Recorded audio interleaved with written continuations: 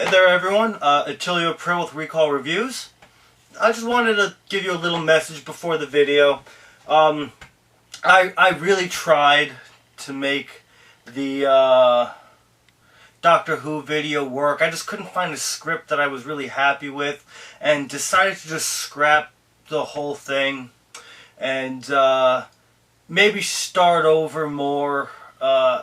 See if I can track down the first movie, and then I'll, do the two movies back to back. I just, really couldn't settle on anything I was happy with. Partly because of what's been going on, partly because of what I've been up to. And it's about it, really. So, with that out of the way, let's get right to Vampirella.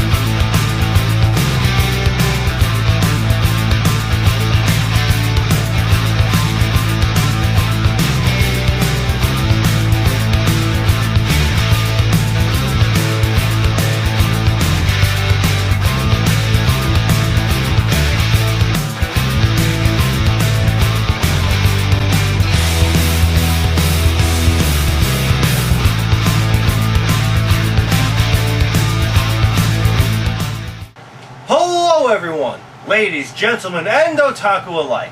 This is Recall Reviews. Attilio back here again, and I recall it for you. Today, I'd like to talk about Vampirella. First, let's start with a brief history of the character. Vampirella was originally created by writer Forrest J. Ackerman and illustrated by comic book artist Trina Robinson in September of 1969 for Warren Publishing's Black and White Horror magazine. Immediately to start, the reason why it was done in a magazine format, well, simple, to get around the comics code at the time. You couldn't print horror comics, but a horror magazine was a different story. They printed it in black and white because, well, if it ain't red, it ain't blood. Same reason why PG-13 movies that really should be rated R get away with being PG-13. The gore is muted colors or just plain not red. Vampirella herself started out as a hostess of horror. The magazine would be an anthology series with 4 different stories per issue. Introduced by Vampirella herself, with one story dedicated to the character of Vampirella. Editor Archie Goodwin later converted the character from a hostess of horror to a standalone character in her own series. This happened after issue 8 of November of 1970. So, moving on, we have a 50-plus year history for this character. And she has one of the most convoluted origins that are always changing from run to run, practically. So, what exactly is the origin that they're going to use in Vampirella, the live-action movie adaptation from 1996? Well, let's find out. So it's going with her original origin. On the planet Dracula, a planet of vampires. And holy shit, that's Angus Scrimm! Dracula, played by Roger Daltrey, was freed by his vampire cronies, and I don't know, this Dracula really hams it up.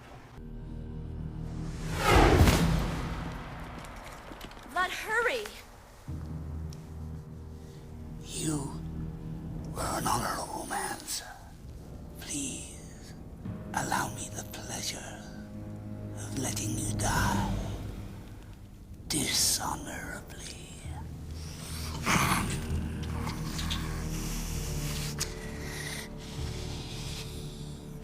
Remember me as you rot in hell.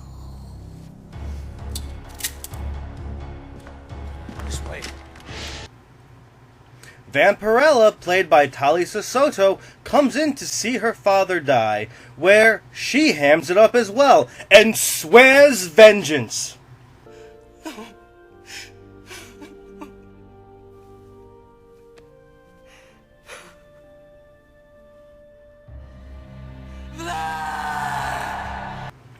Dracula goes to Earth with the intent to take over and use the population to sate his thirst for blood. We get some guy doing some secret agent shit who turns out to be Adam Van Helsing, played by Richard Joseph Paul, 3 first names.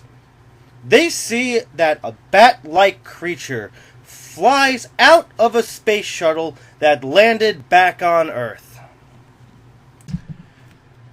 Then we hard cut to a new scene, and out of nowhere Vampirella arrives to save some random nerd who is named after the original creator of Vampirella. Afterwards, he brings her to his home, and this actor's performance is very odd. I wasn't expecting company or anything. Would you like someone to drink? I mean, something to drink. Oh, and of course his home is filled with old sci-fi nostalgia. Don't act like I don't see you over there, female robot from Fritz Lang's Metropolis that inspired C-3PO. They talk her backstory a bit and exposit the plot to us, and, you know, I just can't get over how bizarre this actor's performance is. It's really distracting. Professor Arnold tracks. Well, he's like the foremost debunker of supernatural phenomena in the country. Well, California, anyways. See, exposing phony supernatural claims is a hobby of his. Do you have a photo of this man? Oh, I can do better than that. Come on, take a look. It's like the commercials say, it's a database you can sink your teeth into. I'd like to take a second to look and talk about the design of Vampirella herself. They did a pretty decent job in translating her costume from page to screen, which isn't something that would necessarily fly in today's world of superhero costume design in a live-action setting, or the current climate of the world itself right now. The latex is a little fetishy, though, and while the actress pulls it off relatively well, if you look at the side-by-sides here, it's also not 100% exact to the comic book original costume. That being said, it's trying to be faithful to the source material while also trying to be modest. But that in and of itself kind of gets away from the original concept of the character. You see, Vampirella is a woman who is so sure of herself, so confident and comfortable in her own skin, so confident and comfortable with her own sexuality that she proudly presents herself as this chiseled, perfect beauty. Her goal is to attract attention because she's comfortable. That's the whole point of the character. I mean, aside from the fact that she presents herself as eye candy in the comics, she sends a message of body positivity, which is something we don't have in today's world. Now, I'm not saying if you look good, dress up like Vampirella and show off to everyone, but if that's something that you're comfortable with, then it's okay. But I digress. No doubt that if this was remade today, her outfit would have some kind of crazy armored aesthetic. Vampirella takes her leave, but forgets one important thing. Oh, I almost forgot something.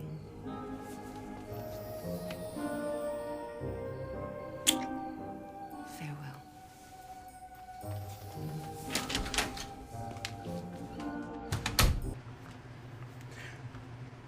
Next, oh, just no. Next, we have a mobster in Brazil named Carlos trying to take over some underground operation Dracula and his gang started apparently decades ago. What is with the latex? Is this going to be a regular thing in this movie? Wait. Is this a fetish movie? Dracula's guys get the upper hand by shooting Carlos's men, and they take him away. And this is literally one of my favorite reactions I have ever seen. Businesslike enough for you, Carlos? Take him in the back.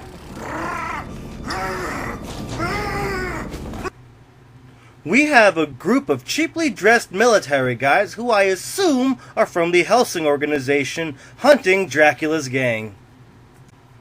Vampirella tracks down one of the men in league with Dracula, and we get a decent for bad fight scene.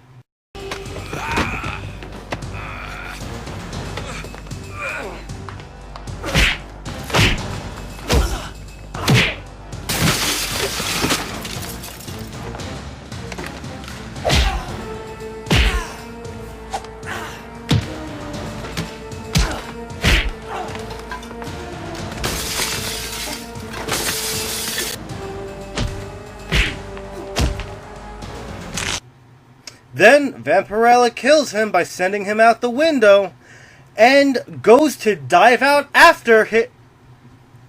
What the fuck was that? Is that what passes for a special effect in this movie? Then she breaks into the home of the guy she just killed to look for more evidence of Dracula's whereabouts.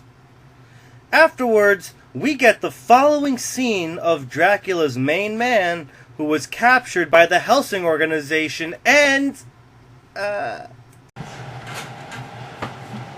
fetish movie. They're interrogating him to get information about Dracula's plan and his whereabouts. He revealed Dracula is in Vegas, and we see... Is that fucking rockstar Dracula? And this sounds like the most generic rock track they could have possibly written. You won't ask me what I came here for. You won't need your old friends anymore. Come on, please follow me. And they dedicate a whole 3 minutes to this. Why the hell would Dracula start a rock band when he got to Earth? Why did he even learn guitar in the first place? That aside, Vampirella finds Dracula and starts luring him into a false sense of security by playing the fangirl looking to bang card. The Helsings track down Dracula, getting the drop on him, in turn capturing him and Vampirella as well. Dracula pulls some Jedi mind trick to put the driver to sleep and crashes the van, escaping. Vampirella and Dracula finally get ready to fight, only for Dracula to cheap effect his way out. Vampirella and Adam have a heart-to-heart, and we get a little more backstory for Vampirella. Then, sometime later, she agrees to team up with the Helsing organization in order to beat Dracula and his gang. And yes, I know, the organization in the movie really isn't called the Helsing organization. But when the hell am I gonna get to make another Helsing reference? Now, we get some more of Adam's backstory, where he reveals the core of his hatred for Dracula. And some intense sexual tension between Adam and Vampirella. He decides to leave, then he gets captured by some vampire girls, and we get the oh-so-classic hostage exchange. But guess what? It was a fake! The vamps got away, mostly. and Vampirella goes to track down the real Adam, we get a meeting between Dracula and his war council, and more bad effects. That's just superimposed on the screen. But he tells of his plan to, what else? Take over the world. That's not right. Oh shit, if I was with Channel Awesome, I could use the actual joke. Dracula pulls a fast one on Vampirella, and she is now trapped with Adam without her armband of blood to keep her hunger subdued. She says lock her up so she doesn't kill him in bloodlust. Then we get regular lust. Any danger?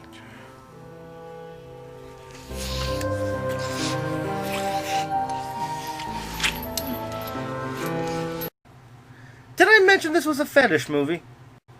Dracula rallies his troops as Adam and Vampirella are in increasingly dire straits. And then the following scene, well, just watch.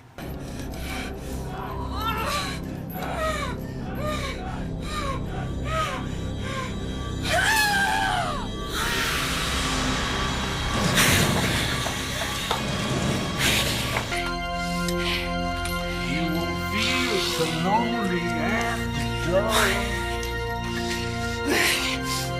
when you give me what I really want.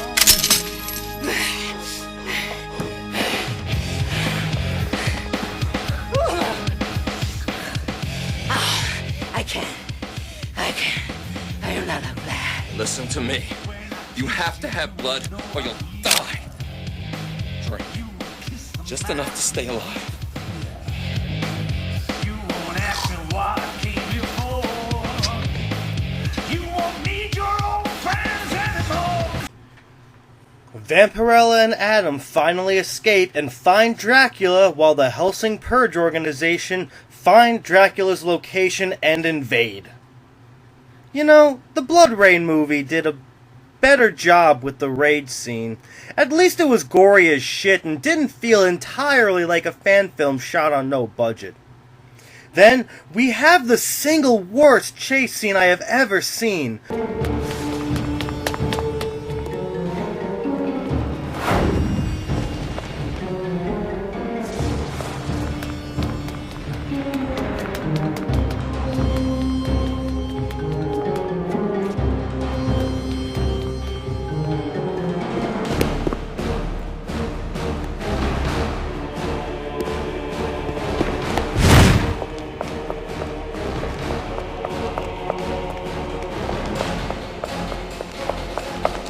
Number 1, why the hell are they running? Number 2, now we finally get to see them fight, and it's just awful.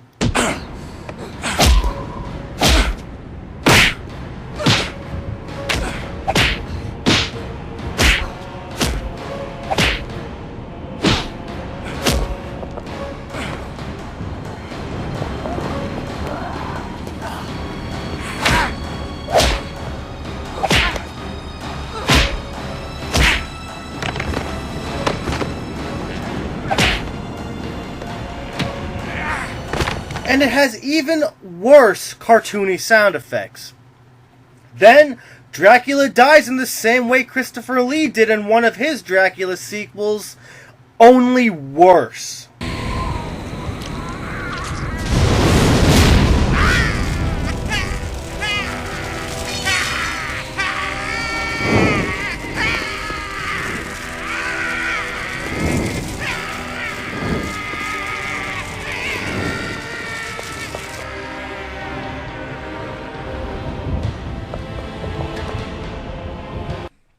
And for comparison's sake, let's take a look at that Christopher Lee Dracula death.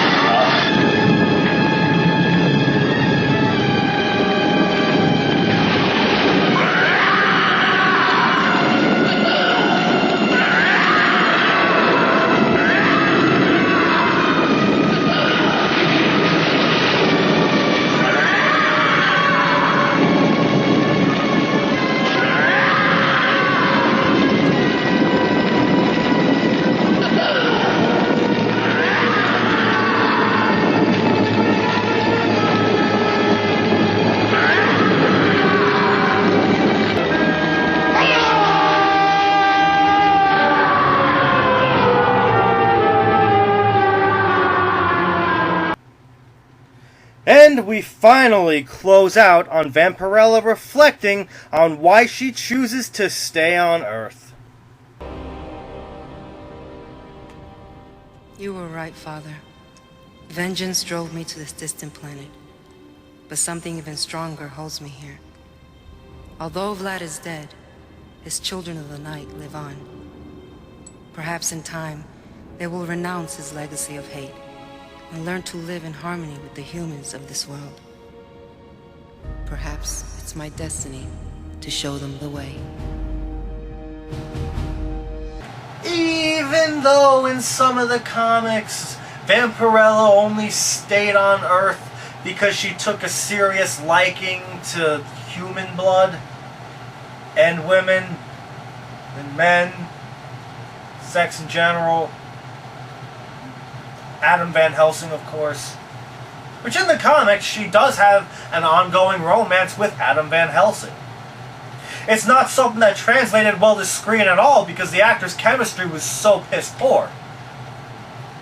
That being said, the impression I got from the two of them were two people who met at a club once who wanted to get in each other's pants, but, you know, found out they had the same S&M kink, so they just spent all their time teasing each other and never actually doing anything. That being said, not to mention the fact that this looks like a no-budget, cheap set, cheap costume, okay acting fan film. In fact, I've seen some fan films that put this movie to shame in how good they look. To this day, Batman City of Scars is still one of the best looking fan films I've ever seen, and it only had a budget of $10,000. Seriously, go check out some of Bat in the Sun stuff. They're amazing. That being said, you know, yeah, looking at the performances, they did okay with what they were given, which honestly wasn't much, and I'm surprised the acting was as good as it was, which still wasn't very good. But what I got the feeling from this movie was it was trying to be an edgy and trashy film. I don't know how this had an R rating. Again, I've seen worse PG-13, with more sex, gore, and violence. This movie could have been PG-13 if they had 2 less gratuitous tit shots. I digress, however. But, you know, now that I think about it, Roger Corman produced this movie. How the hell is Vampirella a Roger Corman produced movie and it's not as edgy and trashy as Roger Corman's other schlocky B-horror movies?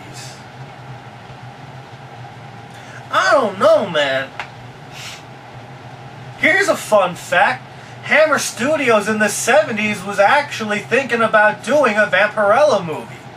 That movie would have been edgy and trashy. That movie would have been slapped with an X so hard even Vampirella would say ow. But if you want to see the potential that Vampirella has, you should check out the new run in the Dynamite comics line. The art's really good, like every other iteration of the series. Always amazing art. The writing is pretty good and entertaining, and the stories are fun. I think Vampirella is something that can honestly work out pretty well if they remade it or did a reboot. I think if they did a film now or a series on Netflix or HBO Max with the right directors and the right writers, I think we can have something really good on our hands. But would I recommend this movie to anyone? Not even to the most die-hard vampire fans. Bela Lugosi would roll in his grave if he saw this movie.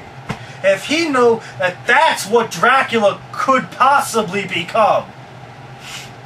Well, that's all I have for you today. I hope you enjoyed, and I hope to get back on track with more content at a quicker pace from now to the end of the year.